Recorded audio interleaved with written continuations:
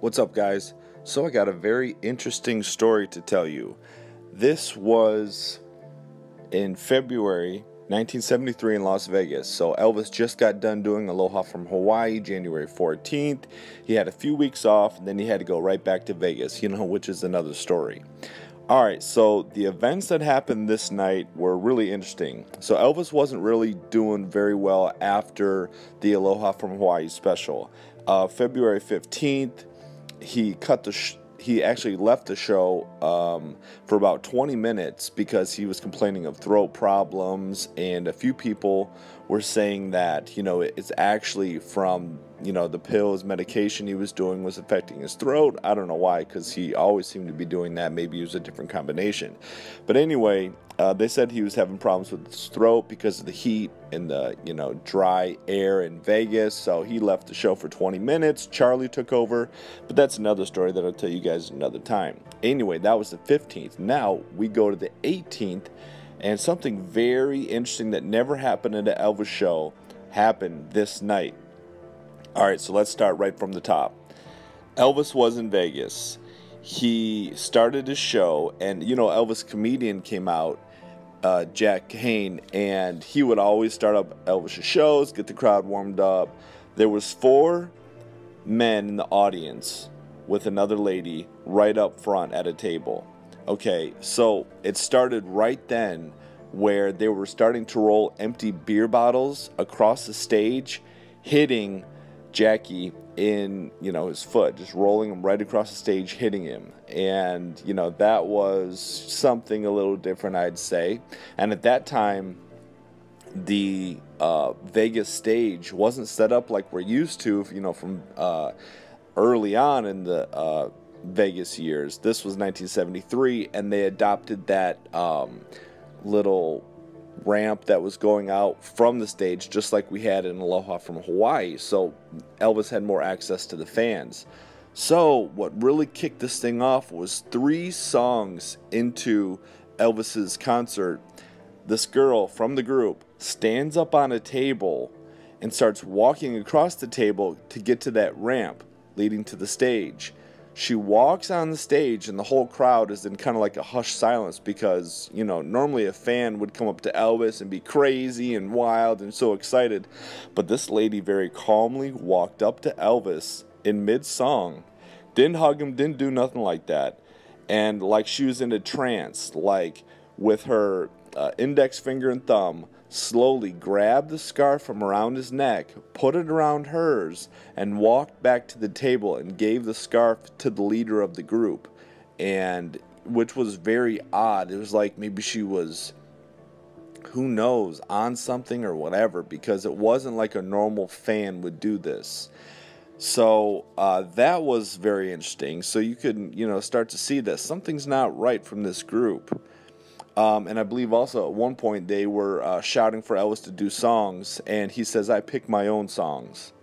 So anyway, what kicked it off was Elvis during Suspicious Minds would always start to do those karate movements at the end. He'd either have a karate demonstration, or he would, start to get in just a few karate movements just to end up the song. Anyway, when Elvis started to do that, 2 people from that group jumped onto the ramp and started walking up towards Elvis. Well, immediately, Jerry Schilling, Sony, and Red West went to, stop these people. And just after that, 2 more people walked up on stage from that group. So now there was 4 people on stage, and they were coming to Elvis. Now, from where Elvis was on the stage, he couldn't really see them because they were walking up the ramp, and Elvis was doing his karate stuff, and it was like sort of out of the corner of his eye, so he couldn't see them in the shadows. So, long story short, the bodyguards got them, but one of them made it to Elvis. The crowd was in, like, what is going on here? One of them got to Elvis, and Elvis did some type of karate movement and knocked him off the stage. And I would have loved to see that. You know what I mean? Because Elvis studied karate since 1960. And one of them got up to Elvis, and Elvis did some type of karate movement. All the reports I've read doesn't really elaborate and get into detail on exactly what he did, but basically he threw him off the stage using some type of karate movement, which is awesome. And I even heard a report saying J.D. Sumner got from behind the mic and started helping Elvis out. Well, Elvis was in a rage after that. He was totally hyped up. The crowd was in a frenzy. The cops took those 3 other people in handcuffs and got them away from the stage. One of the fans got kicked in the face, and Vernon and Tom Diskin were in the middle of the stage holding Elvis back because Elvis was so worked up about it, as you can imagine. You know, they just came up in Vegas and started attacking Elvis. They came in like a karate stance, like they were challenging him in a karate fight. And when I first heard the story when I was like 16, I remember I came across it and I was like, wow, this is so interesting. I never heard of anything like that. But yes, actually 4 people jumped the stage to try to get to Elvis. Now, this isn't the rest of the story. I mean, that's not the whole story. There's more. So Elvis gets back on mic and he says, "I'm sorry, ladies and gentlemen. I'm sorry I didn't break their GD neck." And the crowd screams and applauds. And this is what he says also.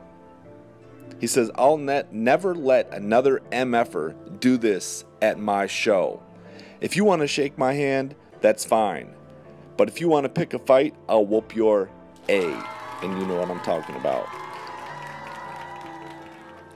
Now, one thing I will find also a little disturbing, I would say, is, right after Elvis does Suspicious Minds, that's the band intros. So the TCB band, James, Ronnie Tutt, Jerry Schiff, all them, they were, as this fight was going on, they were still playing their little band intros during the back, or in the background. I'm like, wait a minute, Elvis is getting attacked on stage and you're playing the band intros throughout the whole thing? That was very surprising, and a little disturbing, like, what the heck? And, I don't want to really get into too much of February 15th, but when Elvis left the stage, Charlie took over and sang some songs, asked J.D. Sumner and the Stamps to sing some songs, and they did, but he asked the Sweet Inspirations to sing, and they wouldn't sing, which is like, wait, you guys aren't singing? So it's kind of like, was there some disturbances going on in the band? What was going on? And I read a report yesterday, not to get off topic too far, but at one point in '76, Elvis's band, James, Ronnie, Jerry, I don't know if it's true or not because I'm still investigating it, were about to walk off on Elvis, and Elvis had to beg them to stay, which is like, what was going on? But '76 was a different year. This was '73. Anyway, so a lot of you will know, especially if you read the book Elvis What Happened, that when Elvis got backstage, he started to get in a rage, thinking these people were sent from Mike Stone. Because don't forget, the divorce hadn't even been finalized yet with Elvis and Priscilla. And, Elvis is thinking, did Mike Stone send these men to come and try to attack me? And Elvis wanted these people killed. Long story short, finally when it got down to it, Elvis said, nah, just forget it all. But Elvis believed that, according from all reports, all that I've read for the most part, especially if you read the book Elvis What Happened and others, Elvis wanted to put a hit out on Mike Stone, and he believed that these people were from them. So I just wanted to bring you this very interesting story on Elvis is the Man, and that was what happened, February 18th, 1973. And I got to check the date, but it was either a few days before or a few days after Elvis met Muhammad Ali in Vegas. So good thing Elvis was prepared and ready, at that time, at the right time, and was able to handle the attacker that actually made it through to him. And I think the final, thoughts on this were just, it was just some people who, had probably had too much to drink and probably had a screw loose. But Elvis was very heated about this and got very paranoid. And, you can't forget, Elvis had a lot of death threats in Vegas. So, anyway, make sure you hit the subscribe button. Comment down below. Tell me what you guys think of the story. Make sure you hit the like button, because when you hit the like button, it alerts the YouTube algorithm to keep promoting this video so other fans can hear it. Thanks again for watching and listening, and I hope you've enjoyed it.